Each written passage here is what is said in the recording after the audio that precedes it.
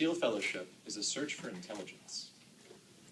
Have you ever looked up into the Milky Way galaxy that fills our night sky and wondered if one of those 100 billion stars has a planet where another intelligent life form is looking out at us and wondering if intelligent life exists?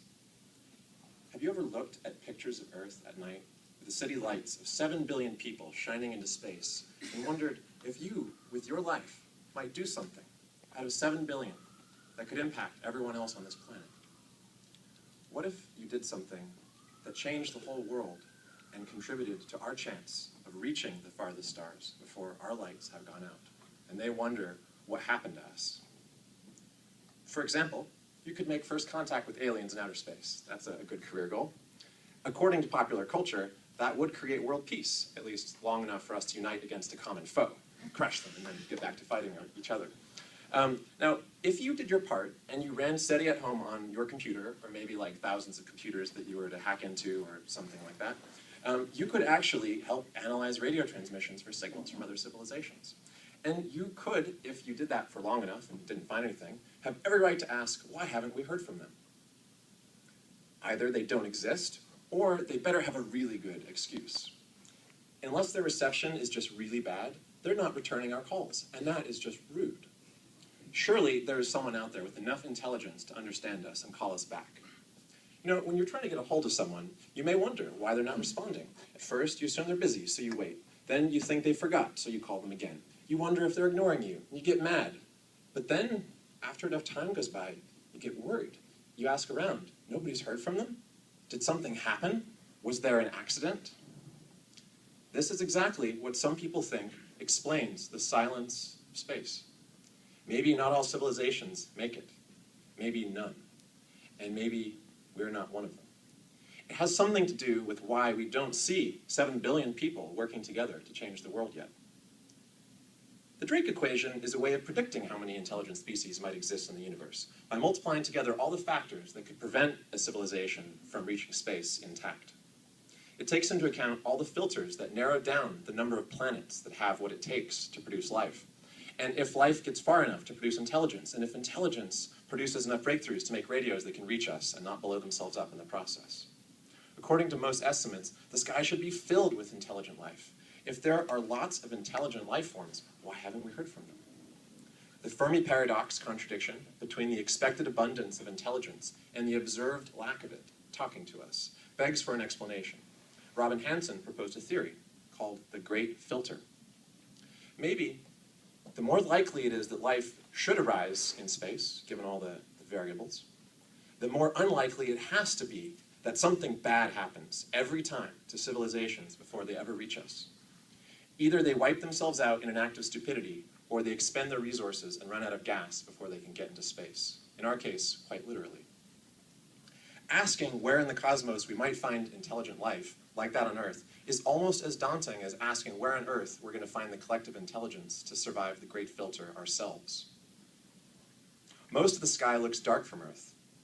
Once upon a time, we assumed there were only so many galaxies worth looking for. And one of the bravest things that was ever done with the Hubble Space Telescope was to find a patch of sky with absolutely nothing in it. No stars, no nebulae, no galaxies, and just observe it for a while. Not just a minute or an hour or a day, 11 days of orbits. And you can imagine a lot of people fight for time on this telescope. So it took courage just to fight to keep it looking. And after 11 days, in a piece of darkness where no one expected to find anything, 10,000 galaxies were found. We revised our estimate, and we now think there are billions of galaxies out there in what looks empty at first glance. In our Milky Way alone, we think there's about 100,000 million stars. If you're on Earth, in the perfect conditions, you can only see about 10,000 of them.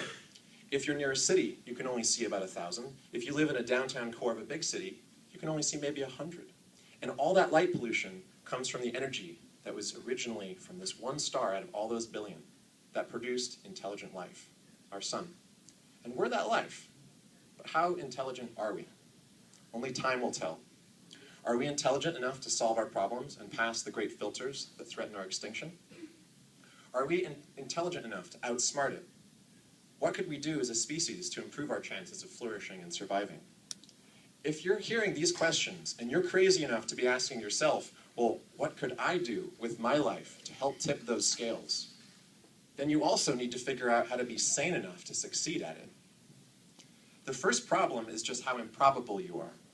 In addition to the billions of stars it took to produce Earth and 4.5 billion years of evolution it took to produce humans, the under 20 or so years it took to produce you is extremely improbable to produce more like you. There are 7 billion people on Earth. Most of them are experiencing or causing humanity's problems, not figuring out how to solve them and save the rest of us. The first reason people aren't like you is that most grew up somewhere else, and their lives were much different from yours. Most people live their lives in dark corners of Earth, like those black spots in space, where we used to think there was no stars worth looking for intelligence. In poor and underprivileged places, we don't expect to find schools full of star pupils. This is like taking 9/10 of all the signals that SETI gets from space and just deleting them randomly, without checking for intelligence. What if a person from a place or a group that we ignore has a eureka in them that could save humanity and solve the great filter? If we're going to produce enough intelligent life forms to solve the world's problems, we're going to have to start finding ways to shed light into all the world's dark places, to bring educational access and entrepreneurial opportunity to every life on this planet. Most of the young people in the world are at the bottom end of the food chain in whatever place they live. If you're one of the 2 billion people under 20 years old today, society tells you that you're too young to pursue an idea of your own. You're told to find a safe profession. If you're young and know what you want, and you want to do something amazing, and you have the courage to make it happen no matter what circumstances you're born into, congratulations, you passed the first of humanity's filters. Then there's what people choose to do with their lives. Given the opportunity to do anything, most people experience the paradox of choice. There's too many choices, and the more choices you have, the harder it is to pick one. They all seem worse. So most people pick what they're told by their school or their parents, what they're told they're good at. Their path is chosen for them by someone who wants them to be safe for legal reasons, or someone who's counting on them to pay for their retirement. Most people don't think and work in the fields of innovation. That's not to say that the other fields aren't important, because the carrying capacity of the planet for people that do innovative work is made possible by people toiling in fields, by people caring for the sick and for the needy. But it is the sacrifice that those people make to buy the freedom for the people who are pursuing something else, something new, something that doesn't exist yet. That's why they make those sacrifices. Tens of thousands of people have thought about applying for opportunities like the Thiel Fellowship. Of those, about 500 applied. If you believed in yourself enough to write a detailed plan about how you would go about achieving your dream, you passed the first filter of the Thiel Fellowship and the second filter of humanity. Now, out of the 500 applicants or so that applied this year, only 200 of those were determined enough to make their way to the Thiel Summit in New York. Only?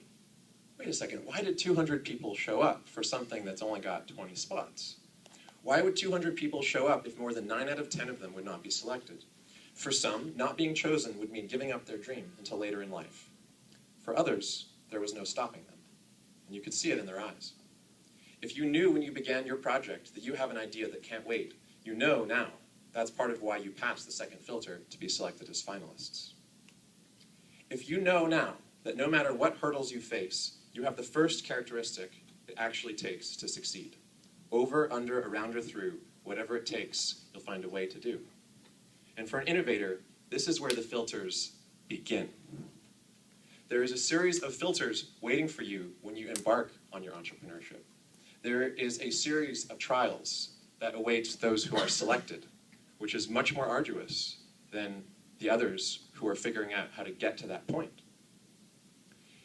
If you are born in a situation that is difficult to arise from, and you arise from it, and you get to the point where you have a choice to do whatever you want with your life, you're going to find out that that is actually where the difficulty begins. Now, I myself am an entrepreneur, and I knew more or less what I wanted to do when I was about 16 years old. And when I set out to do that, I found out it was harder than I thought. And just a few of the things that you're going to face now that you've embarked on this journey, whether you're selected or not. You've already selected yourself, and you have the drive to pursue it. The question is, will evolution, so to speak, select for you? And the evolutionary landscape is not the same as the inner landscape. Up until this point, everything that you wanted to accomplish came from within you. It came from believing in yourself. It came from listening to people that encouraged you and knowing the difference between criticism of people who could help you be better and discouragement from people that you should ignore. The very same inner journey awaits you as an entrepreneur, but with consequences like you've never seen before. If you go to an advisor meeting and an advisor looks at something that you're planning to do, and they tell you that you need to reconsider or you're on the wrong track, they could be wrong or they could be right. There is no certainty. If you think that you have figured it all out and you know what you're going to pursue, and you face a roadblock and you wonder if you're doing the wrong thing and maybe you should switch gears, in startup terms that's called a pivot. And sometimes if you look up pivot in the dictionary it says Twitter. And other times if you look up pivot under the dictionary it says pivot, pivot, pivot, pivot, pivot, give up. The thing that defines a Twitter versus people that struggle to find a way to make their idea work is that ultimately it comes down to people. When a Jack Dorsey decides that he's going to change the idea but work with those same people, it's the same reason that the investors will stay behind that group even when the original idea was not what they're going to do. It's because they didn't invest in the idea. And in a sense, even when you begin at the beginning with a purpose in mind, with the idea that's going to define you for your life, the idea that is your contribution to the world, it's your first. There will be others. In my own case, I knew when I was very young that I wanted to make games that would teach people how to change the world. And I wanted to do things that would alter the way that people learn. And I wanted to do it in such a big way, and I was so sure that that was the right way, that I set out a plan that investors looked at and thought, this is just too big, this is too much. And so it was very tempting when I was facing reality, when I was facing feedback, to say, well, I'm just going to do it exactly the way that I'm doing it. But what I realized was that in the kernel of what I wanted to do, there was something more than the specifics. There was something more than the detail or the plan.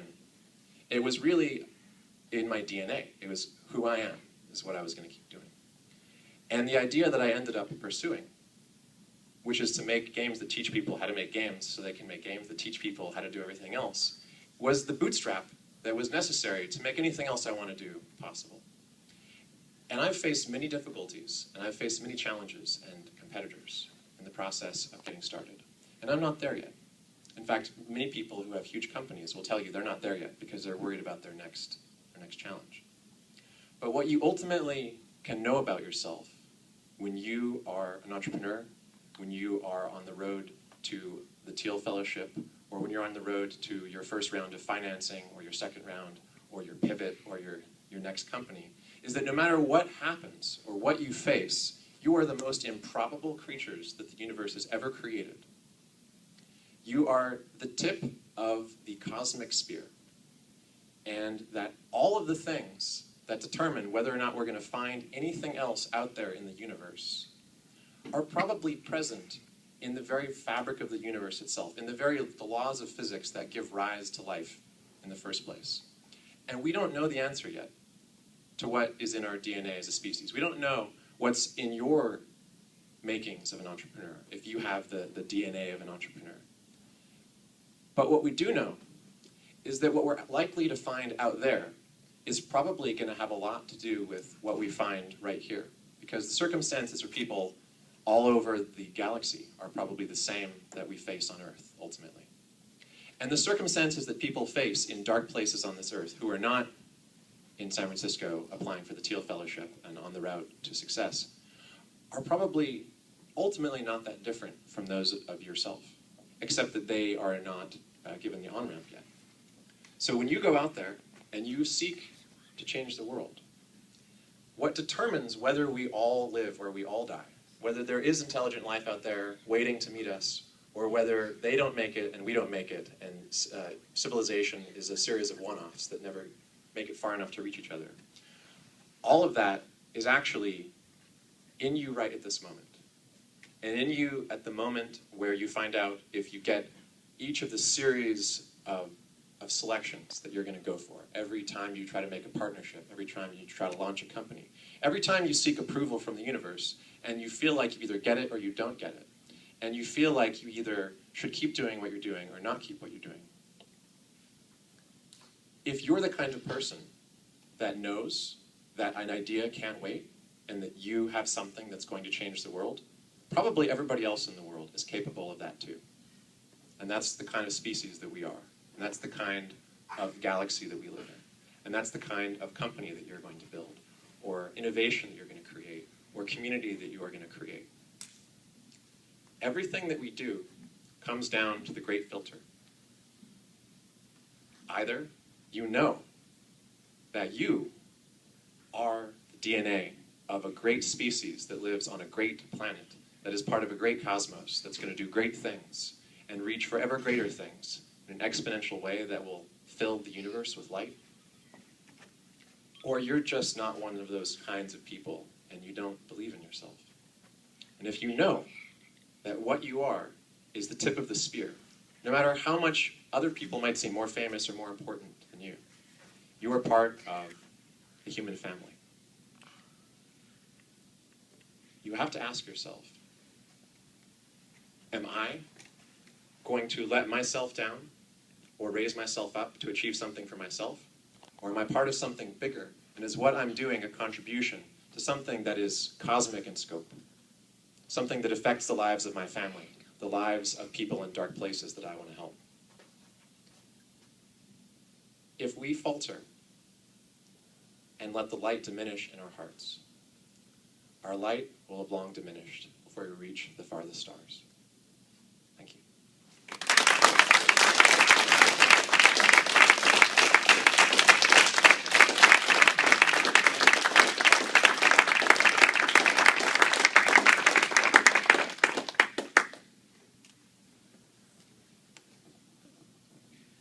So thank you, Alex. That was awesome.